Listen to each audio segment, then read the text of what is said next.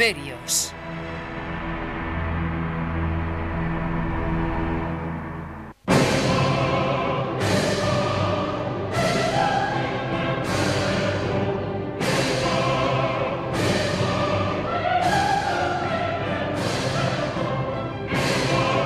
Los fieles se estremecían de frío.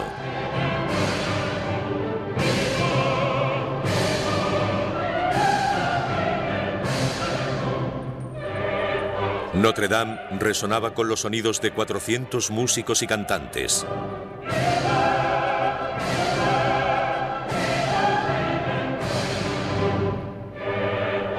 El joven nacido en la isla de Córcega avanzaba impaciente. Napoleón Bonaparte, de 35 años, estaba a punto de ser coronado emperador de Francia. He encontrado la corona de Francia en el arroyo, dijo, y la he cogido. Era el 2 de diciembre de 1804.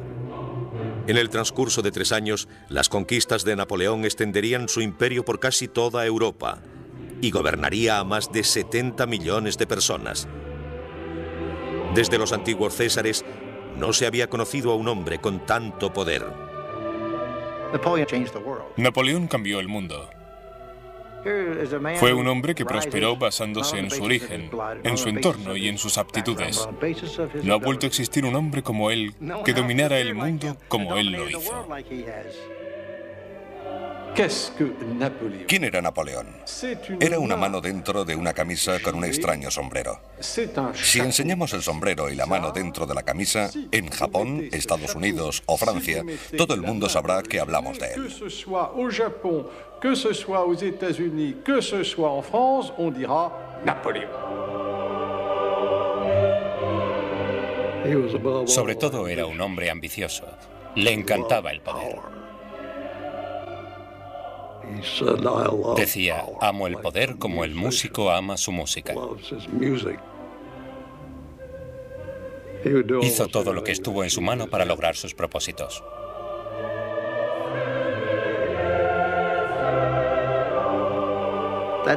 Fue un hombre que desde sus comienzos muy humildes alcanzó un gran poder. Y en cuestión de 2 días lo perdió todo. Es asombroso que prosperara tan rápido y que cayera igual de rápido.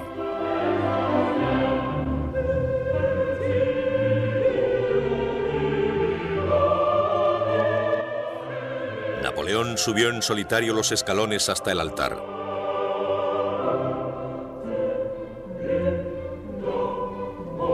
Tomó la corona con sus propias manos y la elevó. Luego la dejó caer sobre su cabeza. Napoleón.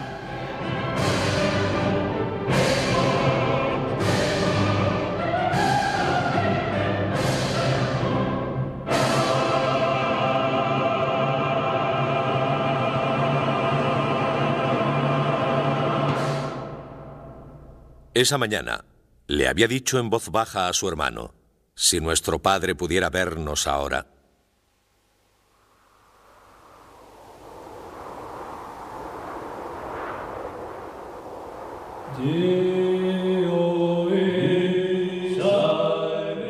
Primera parte. Hacia el destino.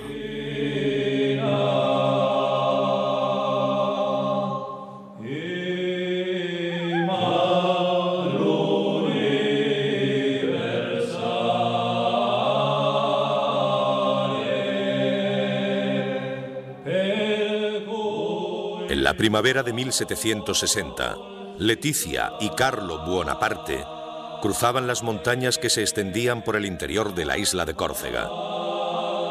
Eran patriotas corsos, decididos a rechazar al ejército francés que había invadido su diminuta isla. Los corsos eran solo 100.000 o 120.000 personas, en su mayoría campesinos o pastores. Tenían pocas armas de fuego, poca pólvora, y tenían que defenderse contra una población de 22 millones de franceses. En aquel momento, el país más avanzado de toda Europa.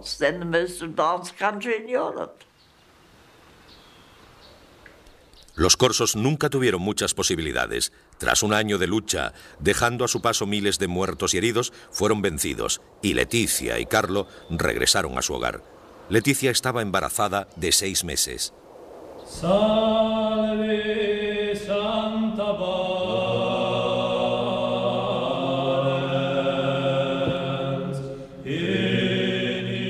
Ese verano Leticia celebraba la fiesta de la Asunción, cuando sintió los primeros dolores del parto.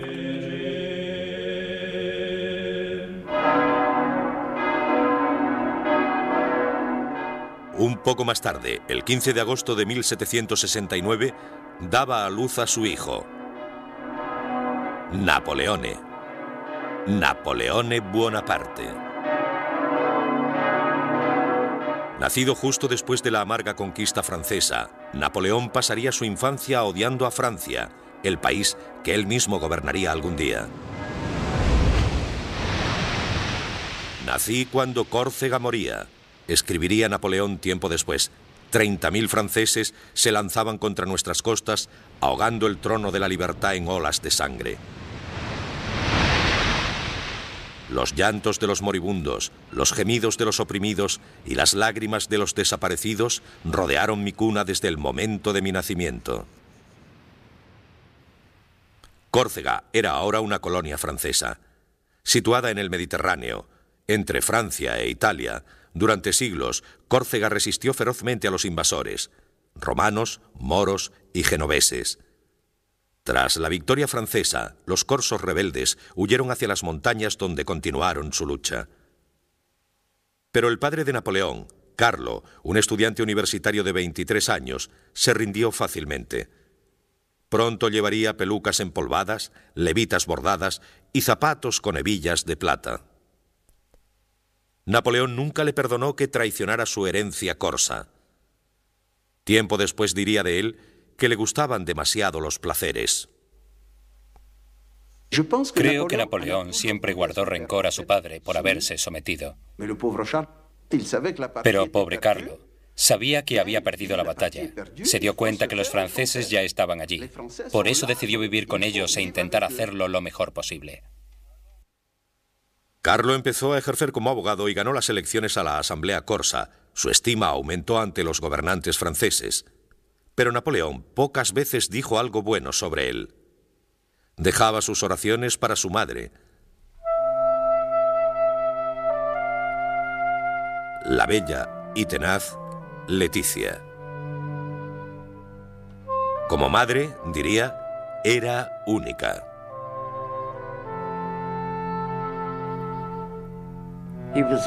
Estaba obsesionado con ella, fascinado. La adoraba como a nadie. Era una pequeña mujer decidida y dura de carácter. Estuvo embarazada 13 veces y le sobrevivieron 8 hijos. Napoleón decía que todo su éxito en la vida se debía al entrenamiento que recibió de su madre. Leticia era una mujer dura y austera, endurecida por la guerra, que castigaba a sus hijos para enseñarles el sacrificio y la disciplina. A veces me hacía irme a la cama sin cenar, recordaba Napoleón, como si no hubiera nada de comer en la casa. Teníamos que aprender a sufrir y que no lo viera nadie. Incluso su ternura era severa. Mi madre, qué hombre, decía Napoleón. Tenía la cabeza de un hombre en el cuerpo de una mujer.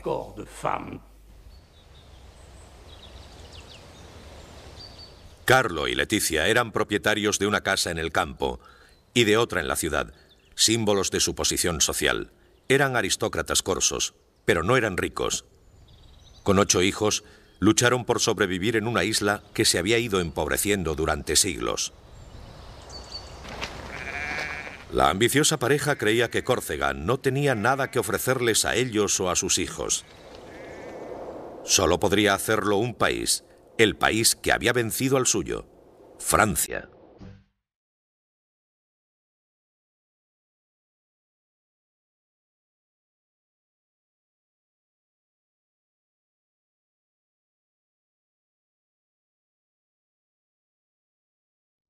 Como miembro del Parlamento corso, Carlo viajó a Versalles. Allí fue testigo del esplendor de la corte francesa con toda su majestuosidad.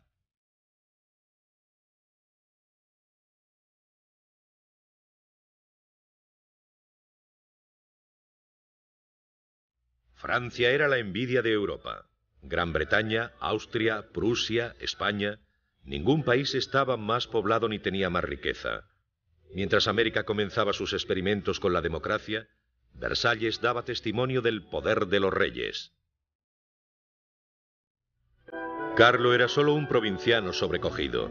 Las muestras de descontento con el rey Luis XVI y los privilegios de la aristocracia no le preocupaban.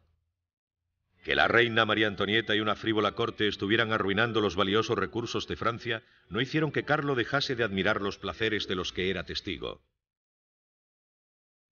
Soñaba con que un día sus hijos serían nobles en aquella reluciente ciudadela de poder en la que él no tenía cabida.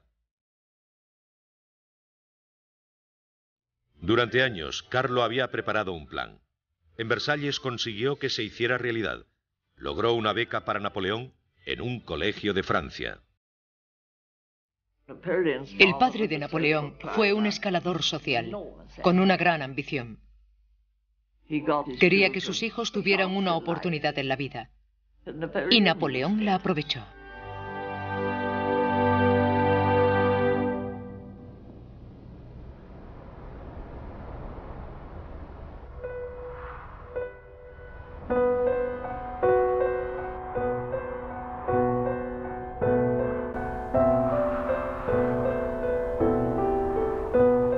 Napoleón pisó Francia por primera vez en el invierno de 1778. Un joven de 9 años, bajo de estatura y acostumbrado al calor del Mediterráneo, de repente se encontró solo en las llanuras azotadas por el viento del norte de Francia. Un becado en el colegio militar de Brienne-le-Château. Casi no sabía hablar francés. Durante los siguientes 5 años no tendría vacaciones ni visitaría su hogar. No quería a Francia. Se seguía viendo a sí mismo como un sujeto rencoroso hacia un rey extranjero. Él se veía como corso. Estaba rodeado de estudiantes, hijos de aristócratas franceses. No tenía nada que ver con ese pequeño extranjero.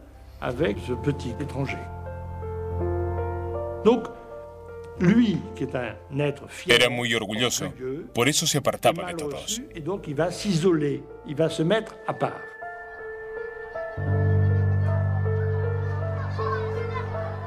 Sombrío, reservado e impopular, Napoleón respondió a sus compañeros de clase que se reían de su acento y su débil complexión con desafío. «Haré todo el daño que pueda a estos franceses», le dijo a un compañero. Napoleón se convirtió en un francófobo. Odiaba a Francia y a los franceses. Lo pasó muy mal hasta que lo olvidó todo. Napoleón volvería sus simpatías hacia Francia, pero no sin que pasaran años de resentimiento y lucha.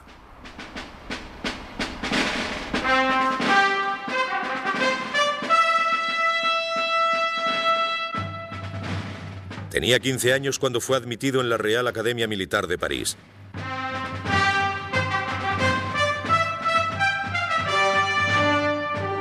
Junto con los hijos de algunas de las grandes familias de Francia, conocería los esplendores de la civilización francesa. La Real Academia era más una escuela que convertía a los militares en caballeros que una simple academia militar. Fuimos espléndidamente alimentados y servidos, decía Bonaparte, tratados como si fuéramos oficiales de gran riqueza. El pobre adolescente corso se seguía sintiendo como un extranjero. Había entrado en un mundo de opulencia y lujo, pero solo le servía para encender su desprecio por los privilegios y esnovismos de la nobleza francesa. Un profesor lo describió como callado y solitario, claramente egoísta, orgulloso, ambicioso y que aspiraba a todo. Llegaría lejos, decían sus informes escolares, en circunstancias favorables. Empezó su aprendizaje como soldado cuando tenía 16 años. Un sencillo subteniente entrenando con la mejor unidad de artillería del ejército francés. Se especializó en cargar bayonetas, cañones y en disparar, desplegando a sus hombres. Había comenzado una de las mejores carreras de la historia militar. La auténtica base de Napoleón como soldado fue el entrenamiento que recibió como oficial del regimiento. Podía lanzar cañones y construir carros de combate. Tuvo que aprender las obligaciones de cualquier tipo de artillero. Muy pronto se dieron cuenta de que era un oficial de compañía muy eficiente. Il manifeste à ce moment-là un souci. Durante esta época, Napoleón mostró un gran deseo por aprender. Leyó historia, autobiografías militares, leyes, algo de ciencia. Quedó impresionado después de leer a Rousseau y a los filósofos del siglo de las luces. Libertad, igualdad y supresión de los privilegios.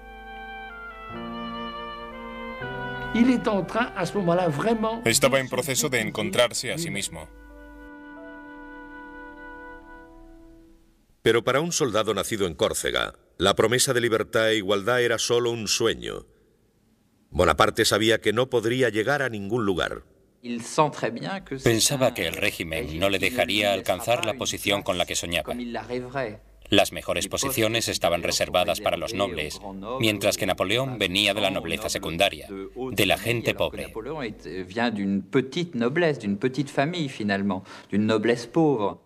Frustrado por sus ambiciones militares, Bonaparte soñó con hacerse famoso como escritor y escribió una breve historia sobre Córcega. Incluso intentó hacer una novela. Estaba furioso con el régimen porque le condenaba a soñar con su destino. Tan solo podía escribir novelas, pero quería que su vida fuera como esas novelas, y aquello no era posible bajo el viejo régimen.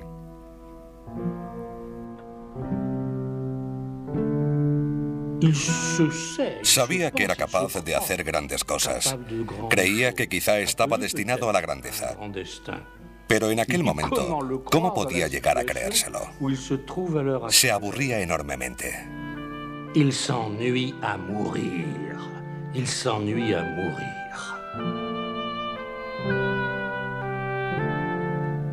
Siempre solo entre hombres, escribió Bonaparte. Llego a casa para soñar y para dedicarme con todas mis fuerzas a la melancolía. Mis pensamientos se detienen en la muerte. ¿Qué ira me conduce a desear mi propia destrucción? No hay duda, porque no veo lugar para mí en este mundo. Fue la revolución lo que liberaría a Bonaparte.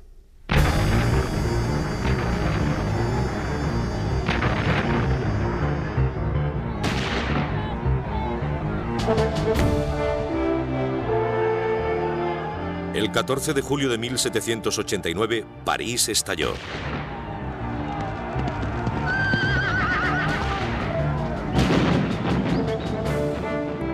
Una multitud enfurecida se lanzó a las calles gritando libertad, igualdad y fraternidad.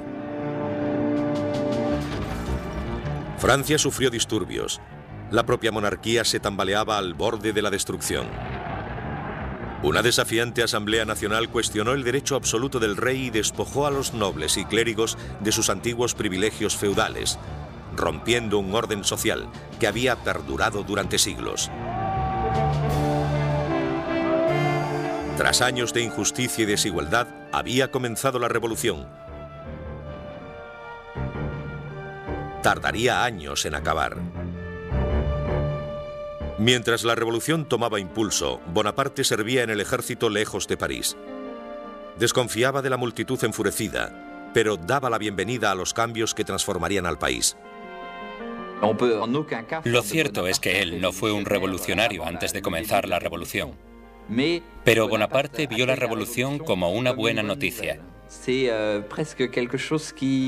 Tuvo un impacto casi religioso en él, porque de repente sintió que la revolución iba a abrir la sociedad francesa, que aboliría los privilegios y pondría fin a las jerarquías y al tipo de condescendencia que el propio Napoleón había sufrido en su juventud.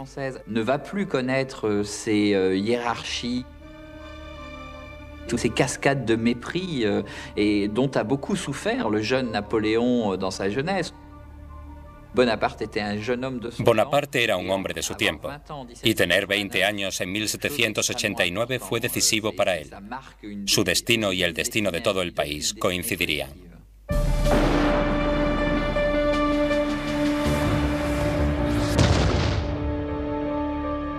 En el verano de 1792, Bonaparte se dirigió a París y fue testigo del fin de la monarquía francesa. En junio, una multitud asaltó el Palacio de las Tullerías y mostró al rey el gorro rojo de la revolución.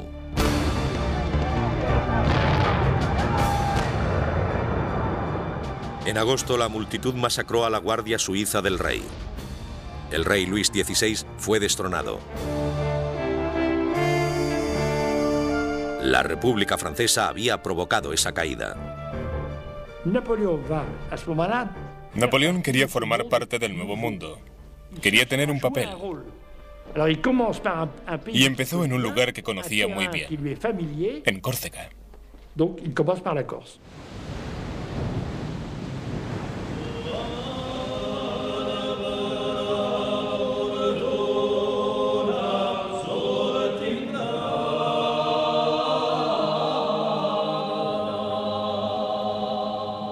Bonaparte tenía 23 años, era un revolucionario idealista cuando abandonó el ejército francés y regresó a Córcega. La República Francesa había tomado a Córcega como parte de Francia y había dado a los corsos todos los derechos y libertades de los ciudadanos franceses. Bonaparte, un teniente de la Guardia Nacional de la isla, se lanzó a la política corsa. Pasquale Paoli era el gobernador de la isla. Paoli había sido el héroe de la infancia de Bonaparte, el líder de la guerra corsa contra Francia. Ahora Bonaparte soñaba con alcanzar el poder al lado de Paoli. Pero se decepcionaría amargamente. Paoli no confió en él. Un muchacho inexperto le llamó Paoli, un chico sin ninguna experiencia. El patriota corso pensó que Bonaparte era demasiado ambicioso, demasiado egocéntrico y favorable a la causa francesa. Bonaparte y Paoli no tenían los mismos ideales. Paoli seguía pensando que Córcega debía ser independiente. Pero esta vez Napoleón Bonaparte pensaba que era una buena idea que Córcega formara parte de la Francia revolucionaria. Tenía una doble personalidad, tanto corsa como francesa. Pero durante mucho tiempo, Napoleón ignoró que era francés. Llevaba tiempo siendo francés, pero él no lo sabía. Napoleón quedó unido a Francia por el ejército y por un sentimiento natural. Su larga educación allí le había cambiado las ideas.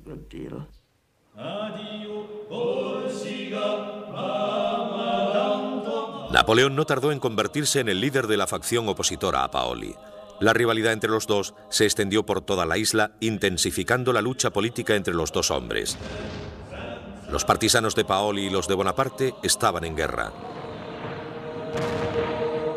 Al final, Paoli demostró que era más fuerte. El hogar de Bonaparte fue saqueado y este obligado a huir a las montañas. La Asamblea Corsa declaró a Bonaparte y a toda su familia traidores y enemigos de la patria y les condenó a la maldición e infamia perpetuas. Bonaparte ya no tenía derecho a vivir en Córcega. había recibido una sentencia de muerte de manos de su propio pueblo. Con su idealismo agitado, Bonaparte escribió a su hermano: entre tantas ideas encontradas, el hombre honesto se siente confuso y afligido. Cuando se debe tomar partido, se debe escoger siempre el lado victorioso. Considerando las alternativas, es mejor que ser comido. La derrota en Córcega y la ruptura con su héroe Paoli le habían endurecido, le habían hecho astuto y le hizo mirar a Francia. Desde el momento en que ocurrió la ruptura con Paoli en Córcega, se sintió francés. Quería ser francés. De hecho, era francés.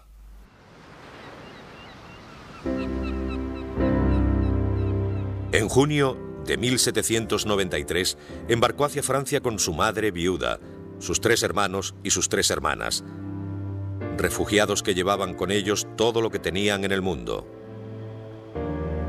Con 24 años, era desterrado para siempre de la tierra que le vio nacer.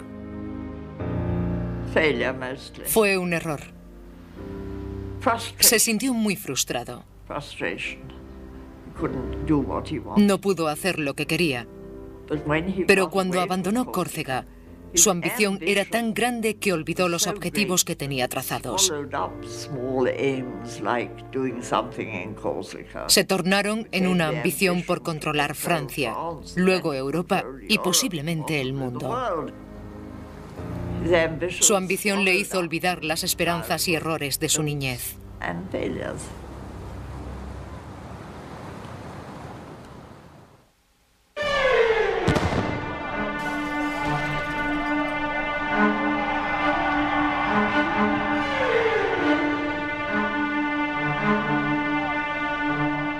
Bonaparte regresó a Francia para encontrar a los franceses luchando entre ellos. El rey había sido ejecutado. La reina y miles de seguidores le habían seguido hasta la guillotina. Las ciudades estaban en pie, las provincias se habían levantado. Maximilien Robespierre estaba al cargo. El líder austero y moralizante suspendió la Constitución, prometiendo salvar la República de sus enemigos a cualquier precio. La revolución se convirtió en terror.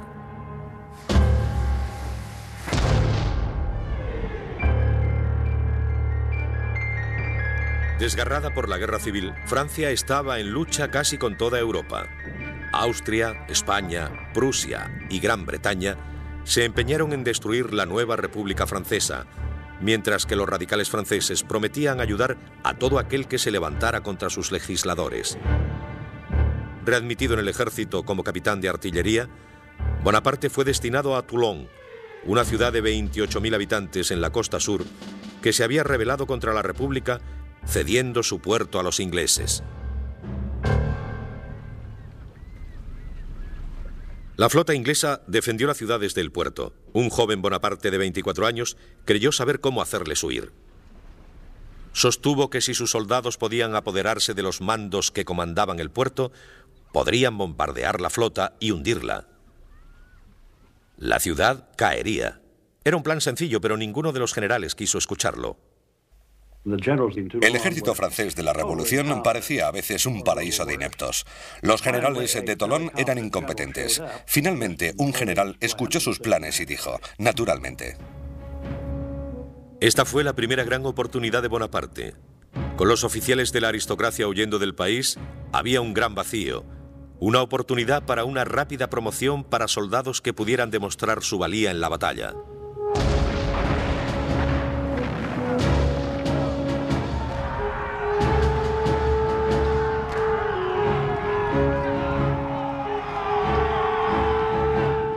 Bonaparte luchó valientemente liderando a sus hombres en el asalto al fuerte que guardaba la cima, resultando herido en el muslo por una bayoneta enemiga. 10 barcos ardieron en llamas. Los ingleses huyeron. Toulon fue reconquistado y Bonaparte ascendió. En solo 3 meses, había ascendido de capitán a brigadier general.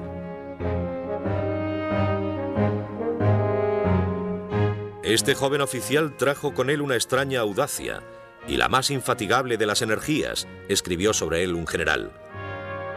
Si necesitaba un momento de descanso, lo hacía sobre el suelo envuelto en su levita. Toulon fue importante en la vida de Napoleón porque fue allí donde todo empezó. Pero hay que decir que sus acciones no tuvieron nada de especial. Cualquier joven oficial hubiera hecho lo mismo, pero le tocó a Napoleón y eso le hizo famoso. La República continuaba la lucha por su vida, enfrentándose con sus enemigos más allá de las fronteras, con revueltas dentro del propio país. Con Francia en medio del caos, amenazada por todos los flancos, Robespierre no mostró misericordia en sus esfuerzos por controlar la unidad y el orden. No se puede asegurar la libertad, dijo, a no ser que cortemos la cabeza a los criminales. Decidido a hacerse oír, Bonaparte escribió un tratado político apoyando a Robespierre. El joven soldado odiaba el terror, pero odiaba el caos aún más. Bonaparte era un hombre de orden. Para él, el orden tenía que servir a unos ideales, exactamente la misma idea que tenía Robespierre. Era necesario suspender las libertades en nombre de la libertad para salvaguardarla. Para salvar la República era necesario suspender las libertades individuales. En el verano de 1874 cayó el gobierno de Robespierre. Ahora les tocaba morir a los que habían sembrado el terror, incluido Robespierre.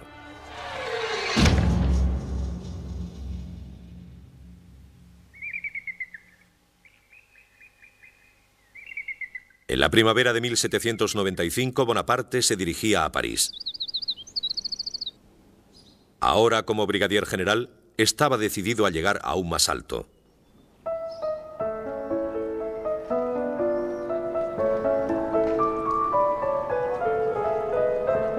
Francia tenía un nuevo gobierno constitucional.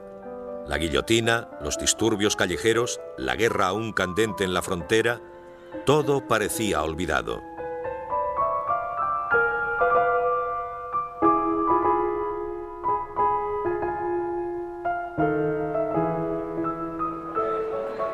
Nadie, escribiría un contemporáneo, piensa en otra cosa ahora que no sea comer, beber y disfrutar. Los ricos disfrutaban de grandes alardes, de entretenimientos lujosos y vestidos exuberantes.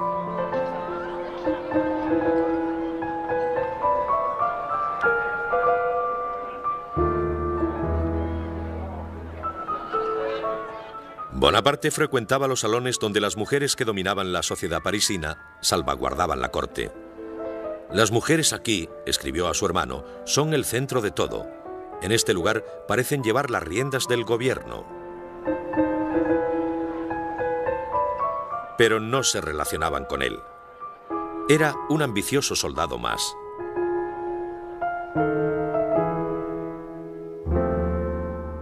Una noble de la época recordaba: aún recuerdo su cara. Llevaba botas de mala calidad y un horrible sombrero redondo que le cubría los ojos. Su tez amarillenta, provocada por su extrema delgadez, le provocaba un efecto enfermizo general.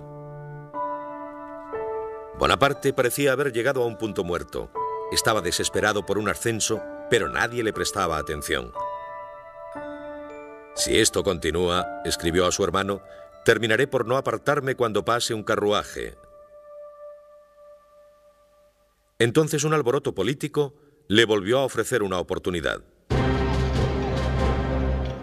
El 5 de octubre de 1795, multitud de parisinos se lanzaron a las calles junto a los hombres de la Guardia Nacional para restaurar la monarquía.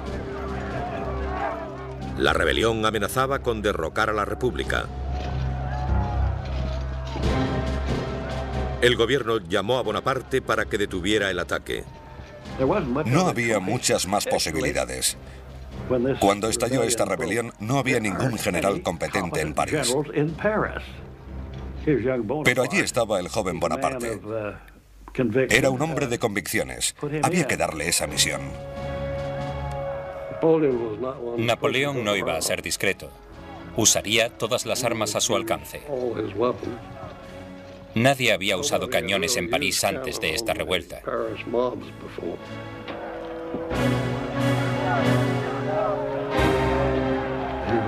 Estaba dispuesto a disparar.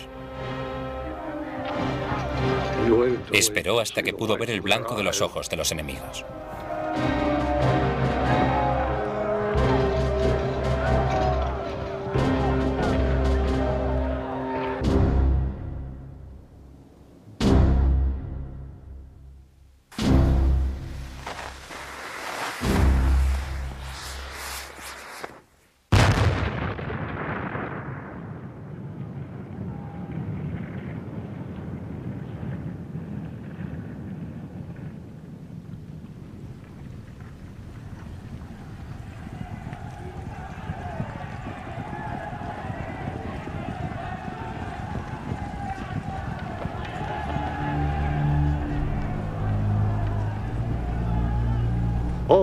Todo terminó casi con un solo cañonazo.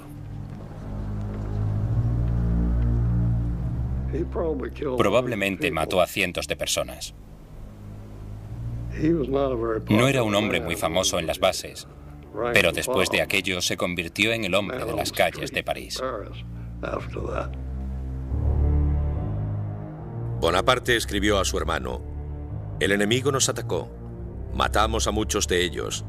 Ahora todo está en calma. No puedo sentirme mejor".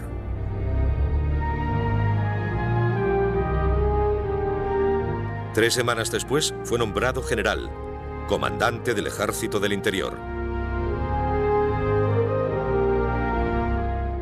Tenía 26 años.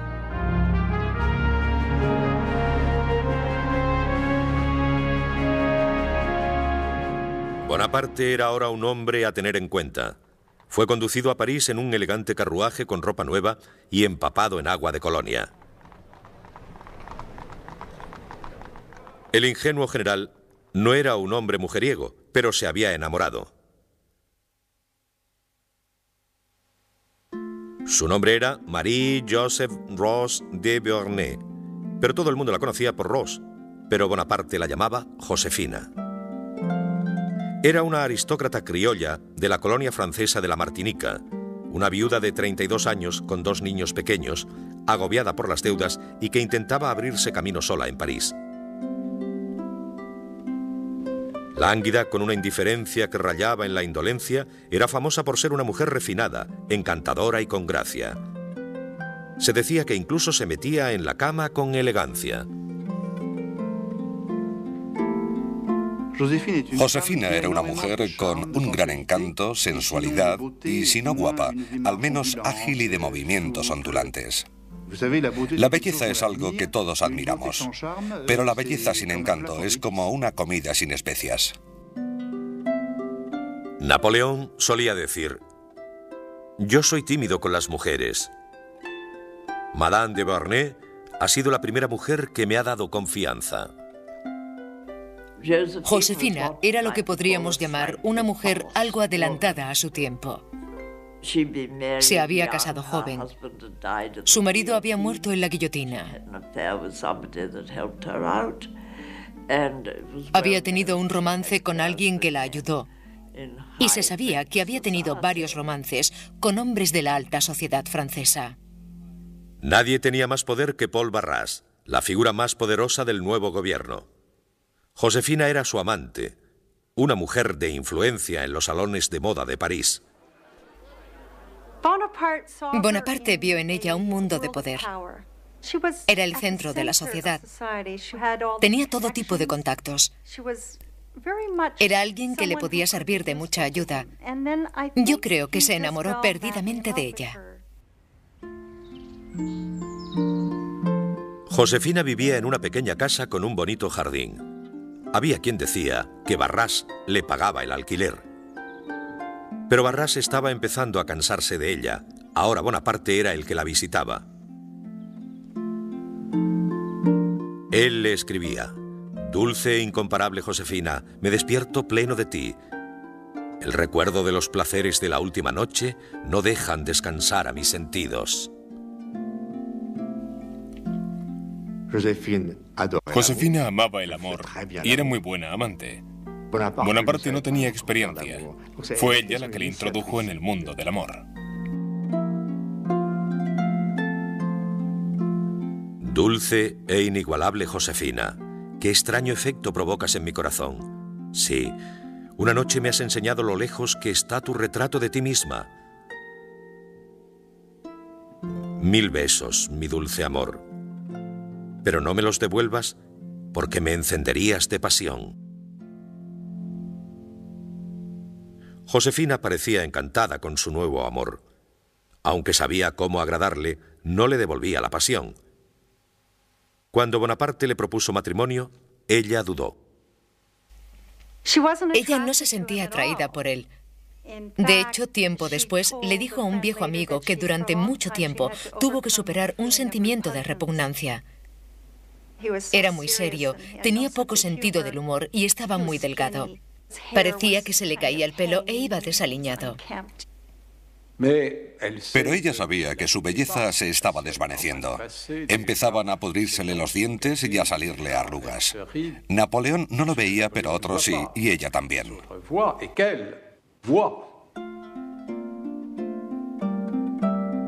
Su aspecto decaía y sus dudas se amontonaban. Necesitaba un protector. El 9 de marzo de 1796, Napoleón Bonaparte y Josefina de Beauharnais contraían matrimonio. Un medallón esmaltado en oro fue el regalo de boda del general a su novia. En él hizo grabar las palabras «Hacia el destino».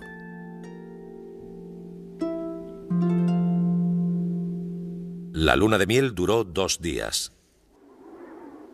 Bonaparte fue enviado a los Alpes italianos. El antiguo amor de Josefina, Paul Barras, le había ayudado a ganar el nombramiento como comandante supremo de todas las fuerzas francesas en Italia. Su misión era retar al imperio austríaco y a sus aliados italianos. Nunca antes había dirigido un ejército. Joven y poco experimentado, nadie esperaba demasiado de él, especialmente sus propios generales. Todo el mundo se reía de él antes de que llegara. Un pequeño general que quizá le debía su poder a su mujer.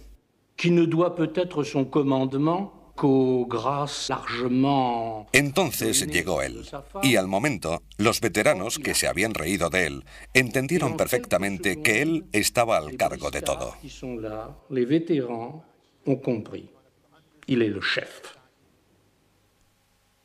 No sé por qué, dijo uno de sus generales, pero este pequeño bastardo me da miedo.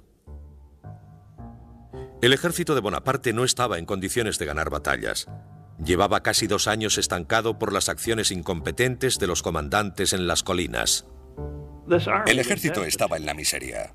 No podían pagarles, ni alimentarles, ni darles un uniforme. Solo decirles que invadieran el territorio enemigo y que se quedaran con lo que encontrasen.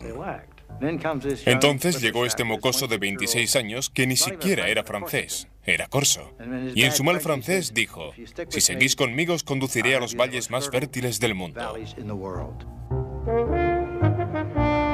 Soldados, dijo, estáis desnudos y muertos de hambre. La fama no brilla sobre vosotros. Yo os guiaré hasta las llanuras más fértiles del mundo. Provincias ricas y grandes ciudades caerán bajo vuestro poder. Allí encontraréis el honor, la gloria y las riquezas. Les cautivó. Era un magnífico actor. Era capaz de reír, sonreír y de repente apasionarse e inspirar miedo, horror y furia.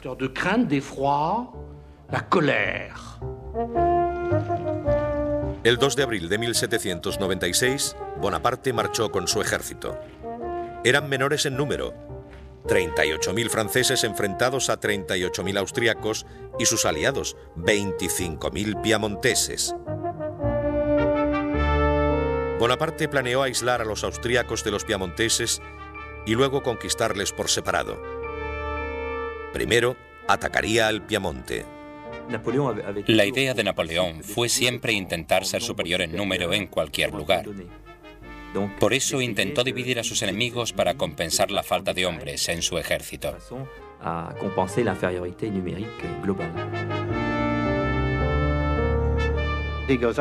Se dirigió a las montañas y desplegó sus fuerzas. El enemigo no sabía dónde estaba, por lo que también empezó a desplegar las suyas. En el último momento, concentró rápidamente sus fuerzas, consiguió la superioridad numérica necesaria y les aplastó. Fue veloz.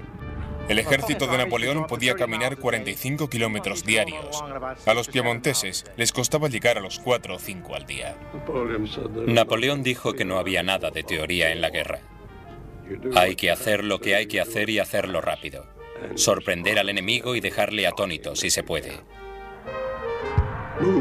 Moverse rápidamente y ser cruel con él. En solo 2 semanas ganó 6 batallas. Hizo miles de prisioneros y acabó con el ejército piamontés. Uno de los oficiales piamonteses se quejaría después. Enviaron a un loco que atacaba a derecha e izquierda, por detrás y por delante. Es una forma intolerable de hacer la guerra. El 26 de abril, el Piamonte se rindió. Bonaparte pidió oro y plata y pagó a sus tropas el primer dinero auténtico que veían en muchos años. «Soldados», dijo, «os lo agradecemos». Mientras Bonaparte lideraba a sus soldados hacia la batalla, nunca dejaba de pensar en Josefina, escribiendo carta tras carta a diario.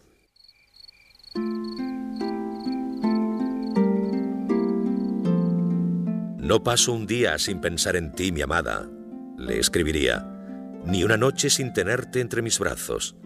Maldigo la gloria y la ambición que me mantiene lejos de mi alma y de mi vida.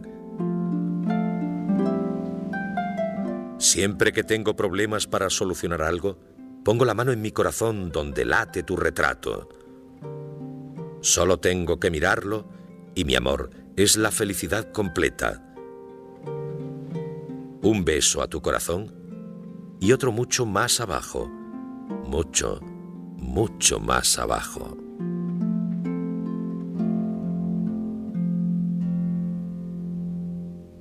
Josefina a veces leía las cartas en alto a sus amigos. Bonaparte les decía, «es tan divertido». Con el Piamonte rendido, Bonaparte se lanzó contra los austríacos, que se retiraron hacia el este, desconcertados ante un general de 26 años y su nueva forma de luchar. En el siglo XVIII había nobles comandando ambos bandos y tenían un cierto código. Los ejércitos maniobraban, y si podían mantenerlos a raya, todo habría terminado. No habría lucha.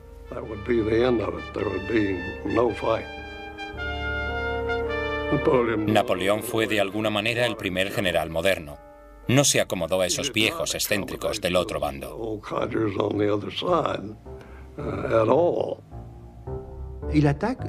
Atacaba todos los días. Atacaba cuando nevaba, por la noche, cuando hacía frío. No era la manera habitual. Buscaba al enemigo, luchaba con él, y cuando parecía que iba a parar, seguía. Al día siguiente volvía a luchar. Le sorprendía.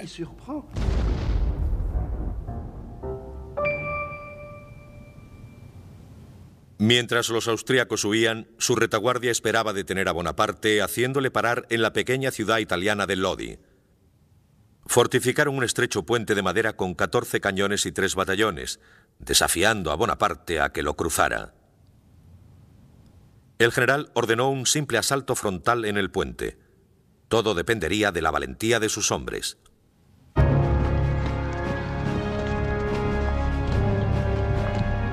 Se había ganado su admiración con su rápida sucesión de victorias.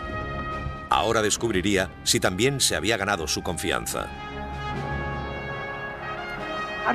¿Cómo se anima a los hombres a hacer algo así? Es cuestión de carisma. Tenía una tremenda presencia. Napoleón era un maestro a la hora de motivar a sus soldados.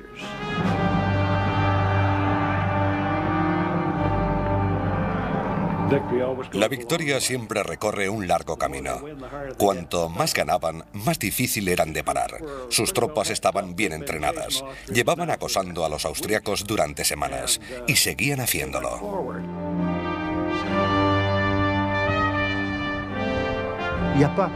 No había tácticas. Las tropas llegaban entusiasmadas y sorprendían rápidamente al enemigo. Era una cuestión de entusiasmo. Todo el mundo se lanzaba a la batalla. Todos se arriesgaban hasta la muerte.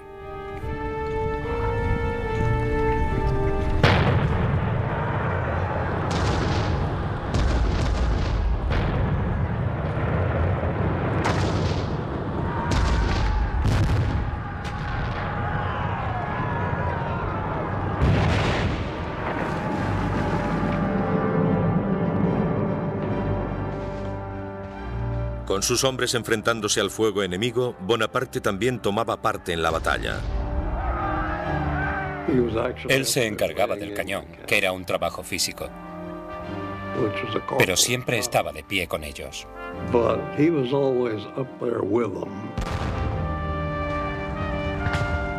Era un hombre con una valentía asombrosa. Estaba siempre donde se le necesitaba. Si se le necesitaba en el frente para animar a la gente, allí estaba él. Asumía riesgos físicos.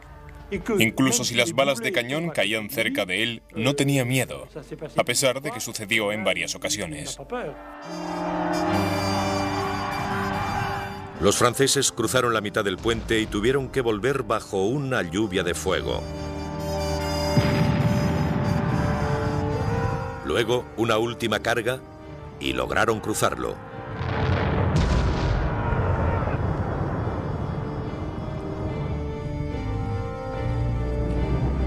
Las armas austriacas quedaron en silencio. Pensaron que estarían a salvo bajo el puente y de repente los franceses lo cruzaron y derrotaron a los pocos que quedaban vivos. Fue una operación espectacular. No fue una gran batalla. Las bajas no fueron demasiadas, pero había impuesto su deseo a sus propios hombres y al enemigo. No fue una gran victoria. De hecho, el ejército austriaco escapó. Pero Bonaparte se había ganado el respeto y la devoción de sus hombres. Salió de allí sudoroso, mugriento y cubierto de pólvora. A las tropas les gustó aquello. Empezaron a llamarle el pequeño jefe. Se identificaba con ellos. Era de los suyos.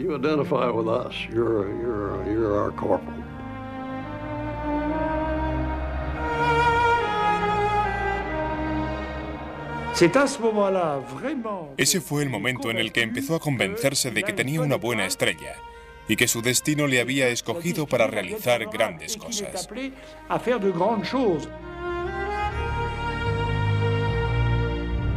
Todavía no han visto nada, dijo Bonaparte a uno de sus generales. En esta época, nadie tiene la más ligera concepción de lo que es la grandeza. Me corresponde a mí darles ejemplo. Algo ocurrió en aquel momento, algo quizá inexplicable. Fue como un destello.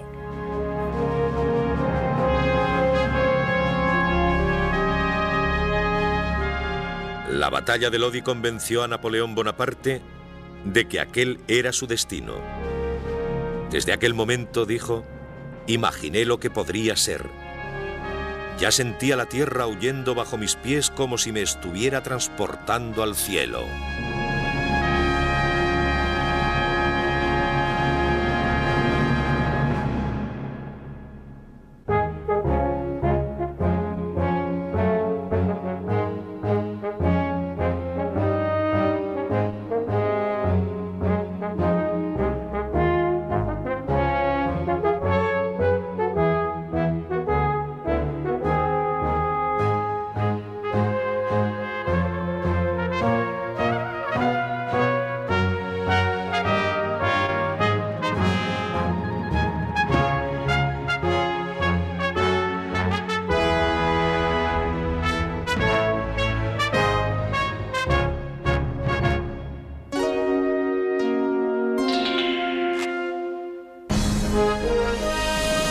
avanzaban contra nuestras costas, ahogando el trono de la libertad en olas de sangre.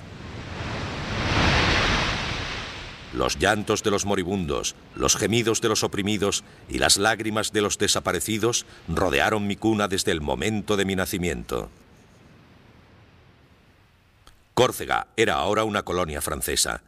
Situada en el Mediterráneo, entre Francia e Italia, durante siglos, Córcega resistió ferozmente a los invasores, romanos, moros y genoveses.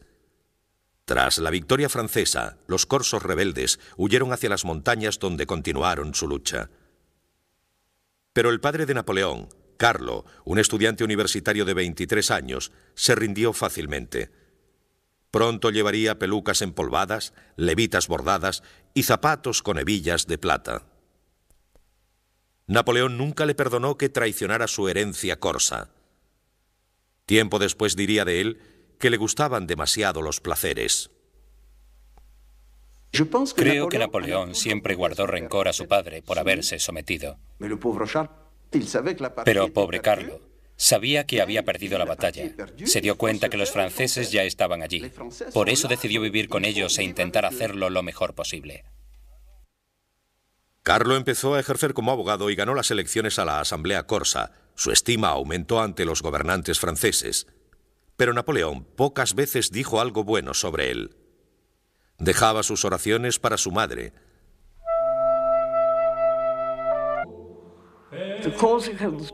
Los corsos eran solo 100.000 o 120.000 personas, en su mayoría campesinos o pastores.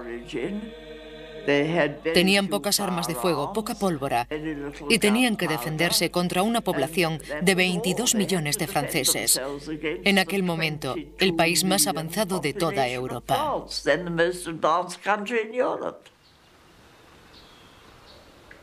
Los corsos nunca tuvieron muchas posibilidades. Tras un año de lucha, dejando a su paso miles de muertos y heridos, fueron vencidos, y Leticia y Carlo regresaron a su hogar. Leticia estaba embarazada de 6 meses. Salve Santa Valens.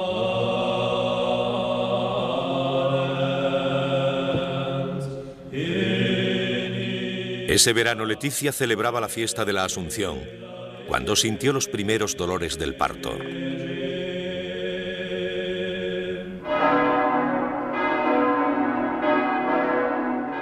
Un poco más tarde, el 15 de agosto de 1769, daba a luz a su hijo, Napoleone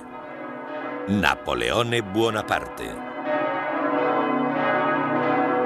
Nacido justo después de la amarga conquista francesa, Napoleón pasaría su infancia odiando a Francia, el país que él mismo gobernaría algún día. Nací cuando Córcega moría, escribiría Napoleón tiempo después. 30.000 franceses se lanzaron.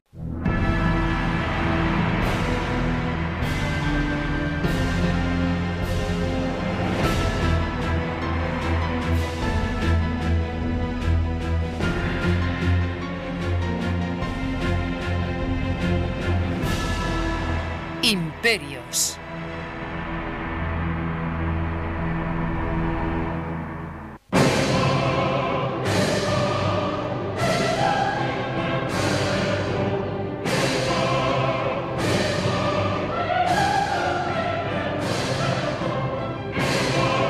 Los fieles se estremecían de frío.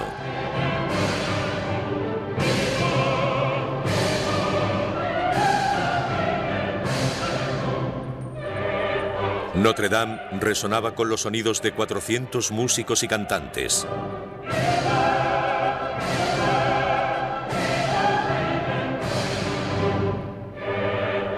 El joven nacido en la isla de Córcega avanzaba impaciente. Napoleón Bonaparte, de 35 años, estaba a punto de ser coronado emperador de Francia. He encontrado la corona de Francia en el arroyo, dijo, y la he cogido. Era el 2 de diciembre de 1804. En el transcurso de 3 años, las conquistas de Napoleón extenderían su imperio por casi toda Europa y gobernaría a más de 70 millones de personas. Desde los antiguos Césares no se había conocido a un hombre con tanto poder. Napoleón cambió el mundo. Fue un hombre que prosperó basándose en su origen, en su entorno y en sus aptitudes. No ha vuelto a existir un hombre como él que dominara el mundo como él lo hizo. ¿Quién era Napoleón?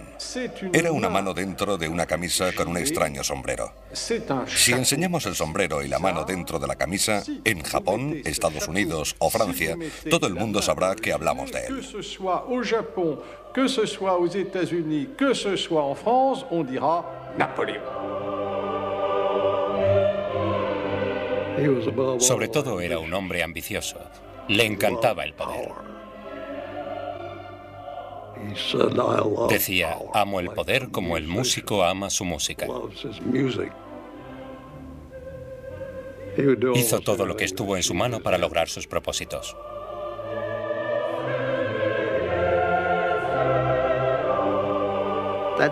Fue un hombre que desde sus comienzos muy humildes alcanzó un gran poder. Y en cuestión de 2 días lo perdió todo.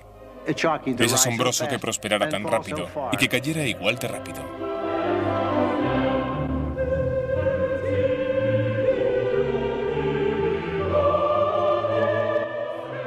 Napoleón subió en solitario los escalones hasta el altar.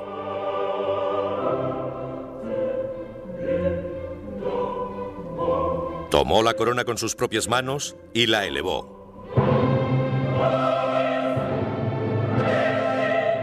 Luego la dejó caer sobre su cabeza.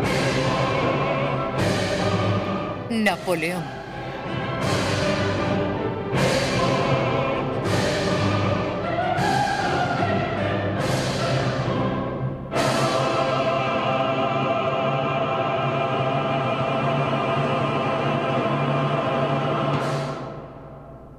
Esa mañana le había dicho en voz baja a su hermano: si nuestro padre pudiera vernos ahora.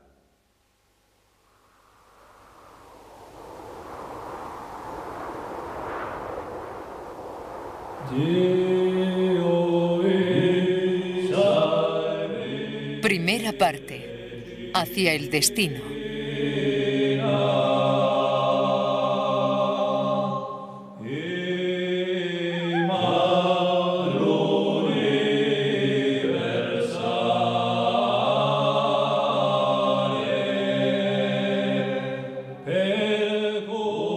En la primavera de 1760, Leticia y Carlo Buonaparte cruzaban las montañas que se extendían por el interior de la isla de Córcega. Eran patriotas corsos, decididos a rechazar al ejército francés que había invadido su diminuta isla.